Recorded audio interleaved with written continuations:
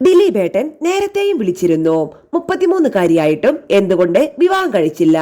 അഖില ശശിധരൻ പറയുന്നു. അഭിനയിച്ചത് കേവലം 2 സിനിമകളിൽ മാത്രമാണെങ്കിലും മലയാളി പ്രേക്ഷകരുടെ ഇഷ്ടതാരമായി മാറിയ നടിയാണ് അഖില ശശിധരൻ. ദിലീപ് നായകനായ ഹിറ്റ് ചിത്രം കാര്യസ്ഥനായിരുന്നു അഖിലയുടെ ആദ്യ ചിത്രം. പിന്നാലെ പൃഥ്വിരാജിന്റെ കരിയറിലെ തന്നെ ഏറ്റവും മോശം ചിത്രമെന്ന് ചിലരെങ്കിലും വിശേഷിപ്പിക്കുന്ന തേജാബായിയിലും അഖില നായികയായി. സിനിമയിൽ എത്തുന്നതിന് മുൻപ് റിയാലിറ്റി ഷോ മത്സരാർത്ഥി, അവതാരക എന്നീ നിലകളിലും ശ്രദ്ധേയായിരുന്നു അഖില. തേജാബായിയുടെ പരാജയത്തിന് പിന്നാലെ ഒരു ചിത്രത്തിലോ വേദിയിലോ അഖിലയെ കാണാൻ കഴിഞ്ഞില്ല. സിനിമാ രംഗം വിട്ട പലരും സമൂഹ മാധ്യമങ്ങളിൽ സജീവമാണെങ്കിലും അവിടെയും അഖില ഉണ്ടായിരുന്നില്ല.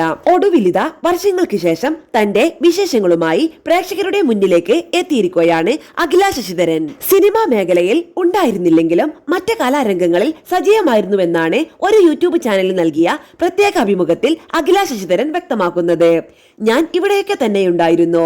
ഇപ്പോൾ സോഷ്യൽ മീഡിയയിൽ കൂടി വന്നതിനാൽ എന്തൊക്കെയാണ് ചെയ്യുന്നതെന്ന് ആളുകൾക്ക് അറിയാമെന്നാണ് കരുതുന്നത്.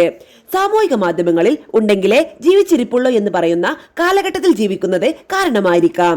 അവയിൽ സജീവമായില്ലെങ്കിൽ എവിടെ പോയെന്ന് ചോദിക്കുന്നതും അഖില പറയുന്നു. കാര്യസ്ഥന് മുന്നേ വേറെയും സിനിമകൾക്ക് വിളിച്ചിരുന്നു. ആ സമയത്ത് പഠിത്തവും മറ്റു കാരണങ്ങളാലും അത് ചെയ്യാൻ സാധിച്ചില്ല. കാര്യസ്ഥനിലേക്ക് വിളി വന്നപ്പോൾ അതിനോട് യെസ് പറയാൻ എനിക്ക് ബുദ്ധിമുട്ടുണ്ടായിരുന്നില്ല. അതൊരു സ്പെഷ്യൽ മൂവിയായിരുന്നു. ദിലീപേട്ടന്റെ 100ാമത് ചിത്രം.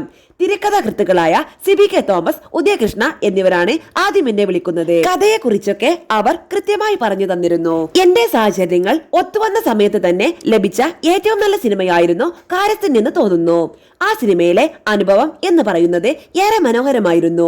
ഒരുപാട് മുതിർന്ന കലാകാരന്മാരുണ്ട്. സിനിമയിൽ കാണുന്ന ആ ഒരു വൈബ്രൻസ് സെറ്റിലും ഉണ്ടായിരുന്നു. GK പിള്ള സാറിനോടൊപ്പമുള്ള ഒരു സീനായിരുന്നു എന്റേതായി ആദ്യം എടുത്തതെന്നും അഖില പറയുന്നു. ദിലീപേട്ടൻ എന്നെ കാര്യസ്ഥന് മുൻപും വിളിച്ചിരുന്നു.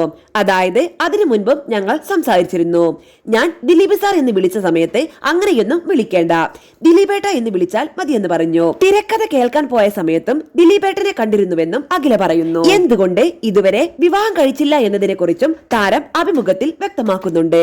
കല്യാണം കഴിഞ്ഞിട്ടില്ല, അത് ഇതുവരെ ഒത്തുവന്നിട്ടുണ്ടാകില്ല. അതുകൊണ്ടാണല്ലോ കല്യാണം കഴിക്കാതിരിക്കുന്നത്. വിവാഹം നിർബന്ധമുണ്ടോ എന്ന് ചോദിച്ചാൽ അങ്ങനെയുമില്ല.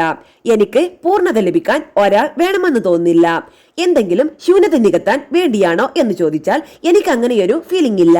എന്നാൽ ജീവിതത്തിലേക്ക് അർത്ഥവത്തായ ഒന്നായി മാറുമെങ്കിൽ വിവാഹം ചെയ്യാൻ തയ്യാറാണ്. പിന്നീട് സിനിമകൾ ചെയ്യാതിരിക്കാൻ നിരവധി കാരണങ്ങളുണ്ട്. ഒരു സിനിമ നടക്കണമെങ്കിൽ പല ഘടകങ്ങളും ഒരുമിച്ച് വരണം. വ്യക്തിപരമായ താല്പര്യം, സുഖം, അവസരങ്ങൾ എന്നിവയെല്ലാം. കാര്യസ്ഥൻ, തേജാബായി ആൻഡ് ഫാമിലി എന്നീ ചിത്രങ്ങൾക്ക് ശേഷം ഞാൻ സിനിമയിൽ നിന്ന് പൂർണ്ണമായും വിട്ടുനിന്നില്ല. ഞാൻ സജീവമായിരുന്നു. നിരവധി ഷോകളിൽ പങ്കെടുത്തു. നൃത്തവും മറ്റു പ്രവർത്തനങ്ങളും തുടർന്നു. എന്നാൽ പിന്നീട് വന്ന ചില വാർത്തകൾ കാരണം ജനങ്ങളുടെ മനസ്സിൽ നിന്നും ഞാൻ സിനിമയിൽ നിന്ന് പൂർണ്ണമായി മാറി നിന്നു എന്നൊരു തെറ്റിദ്ധാരണ രൂപപ്പെട്ടതായിരിക്കാമെന്നും അഖില കൂട്ടിച്ചേർക്കുന്നു.